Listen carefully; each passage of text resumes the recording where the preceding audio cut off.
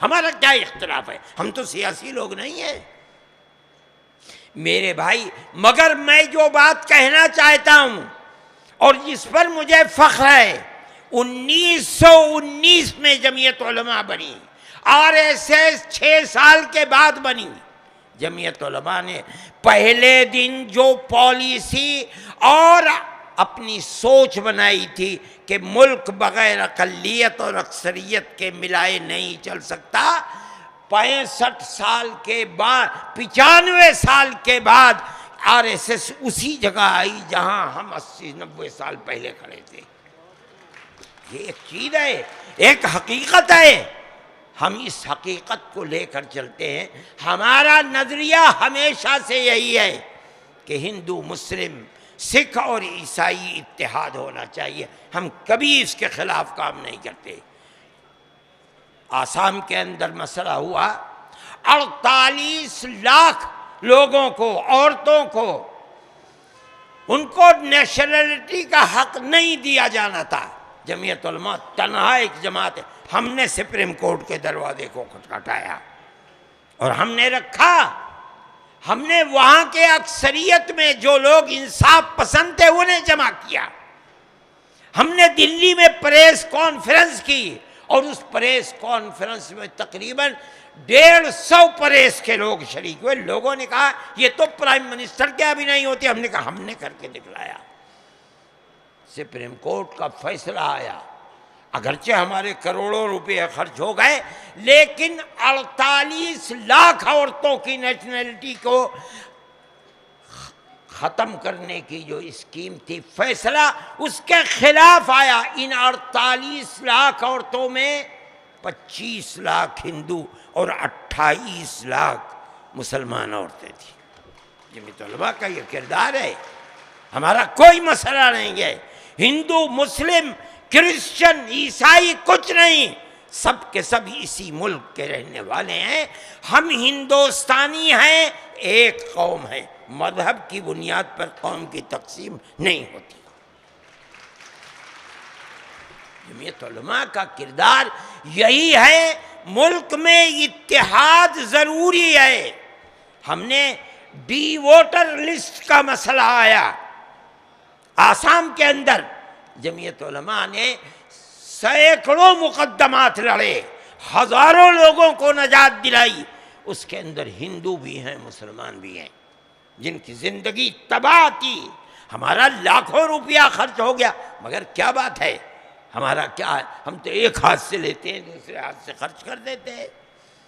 آج ہم تباہی آئی کیرلا کے اندر اور ایسے طوفان آئے اور پانی بہا کے مکانات لے گئے، ایک مکان کے اوپر 4 لاکھ روپے کا خرچ ہے۔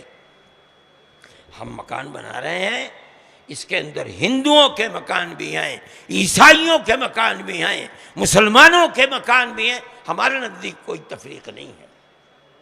میرے بھائی، ہم جن بچوں کے مقدمات، تقریباً 60 مقدمے لوور کورٹ میں، ہائی کورٹ میں، سپریم کورٹ میں لڑ رہے ہیں، 600-700 بچے ہیں جو پھنسے ہوئے ہیں، جن کے اوپر جھوٹا دہشت گردی کا الزام ہے۔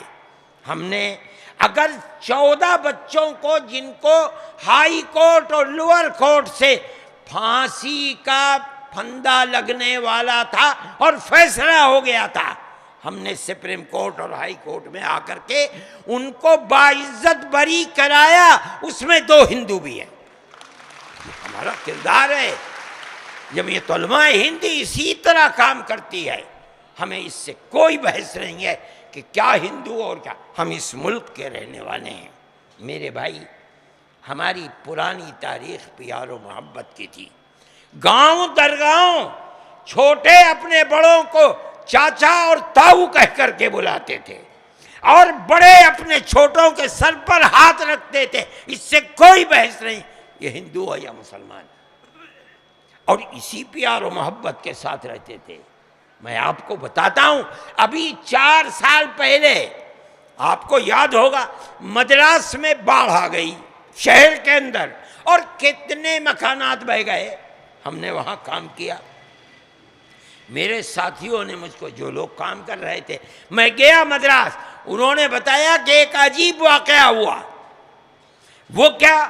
کہنے لگے کہ ایک عورت اور جوان مرد نے اپنی بچی جو ہسپتال میں ہوئی، اس بچی کو لوگوں نے پوچھا، ہسپتال والوں نے، کیا سرٹیفکیٹ دیا جائے، بچی کا نام کیا ہے؟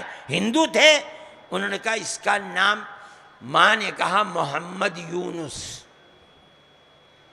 کہا یہ تو اسلامی نام ہے، اسے کہا ہاں یہی نام رکھو۔ وہ سمجھے کہ اس کا دماغ خراب ہے، اس نے کہا تمہارا شوہر کہاں ہے؟ تھوڑی دیر میں شوہر آ گیا، اس شوہر سے کہا بچی کا نام کیا؟ اس نے بھی وہی بتایا، محمد یونس۔ تو کہا کیا بات ہے بھائی، محمد یونس تو اسلامی نام ہے۔ کہا کہ جب سیلاب آیا تو اتنی تیز پانی آیا کہ ہم نکل نہیں سکے اور چھاتی تک پانی آ گیا، ہم نے سمجھا کہ ہم مر گئے۔ پاس میں جو لوگ کھڑے تھے، ایک جوان کودا اور مجھے ایک کندھے پر، میری بیوی کو دوسرے کندھے پر نکال کر کے باہر کھڑا کر دیا۔ ہم یہ سمجھے کہ بھگوان اس آدمی کی صورت میں آیا ہے۔ ہم نے پوچھا نام کیا ہے؟ اس نے کہا محمد یونس۔ اسی دن ہم نے طے کیا کہ اگر بھگوان ہمیں اولاد دے گا تو ہم اس کا نام محمد یونس رکھیں گے۔ انہوں نے کہا یہ تو مرد کا نام ہے، عورت کا؟ کہا ہونے دو مرد اور عورت، نام اس کا محمد یونس ہی رہے گا۔ یہ ہندوستان کی تاریخ ہے پیارو محبت کی، اسی تاریخ کے ساتھ ہم زندہ تھے، ہمارا کوئی اختلاف نہیں تھا، ایک دوسرے کے ساتھ پیار کرتے تھے، دکھ اور سکھ میں ساتھ رہتے تھے۔ میں ہر مسلمان سے خاص طریقے پر کہتا ہوں کہ، اور ہر ہندو سے کہتا ہوں، کرسچن سے کہتا ہوں، سکھ سے کہتا ہوں کہ اپنی اس تاریخ کو زندہ کرو۔ یہ تمہارا، یہ نہیں کہ تم ہندوستان میں رہو زندہ، میں کہتا ہوں یہ تمہارا مذہبی فرض ہے۔ جو نہیں جانتے وہ نہیں سمجھتے۔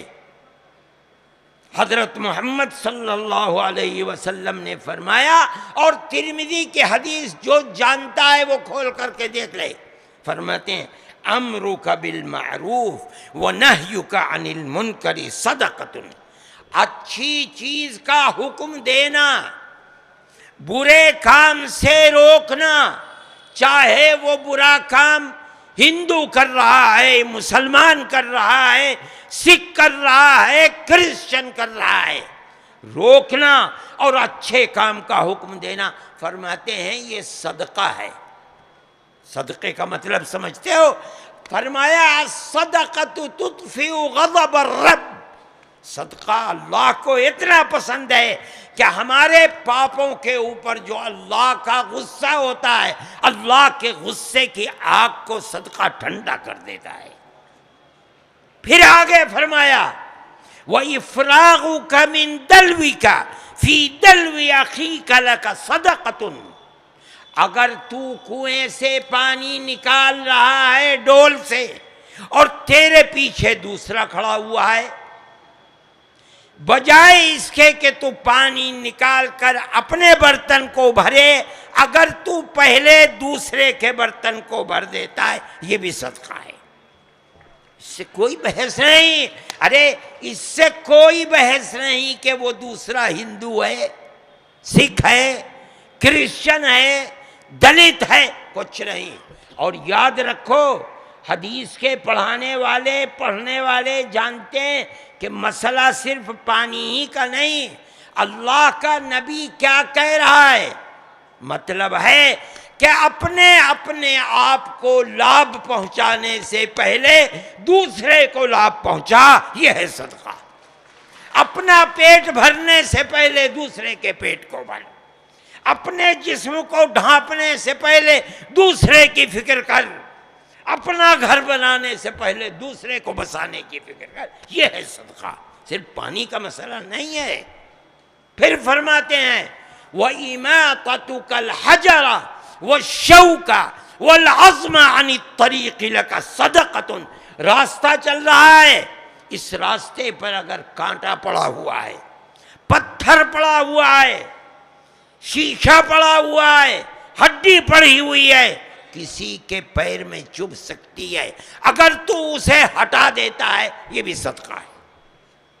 اس راستے پر تو سب دنیا چلتی ہے، مسلمان بھی چلتا ہے، ہندو بھی چلتا ہے، سکھ بھی چلتا ہے، کرسچن بھی چلتا ہے۔ کیا مطلب ہے؟ اللہ کے ہر سرشٹی کو لابھ پہنچائے گا، اللہ خوش ہوگا۔ یہ اسلام ہے، یہ تمہارے مذہب کی تعلیم ہے۔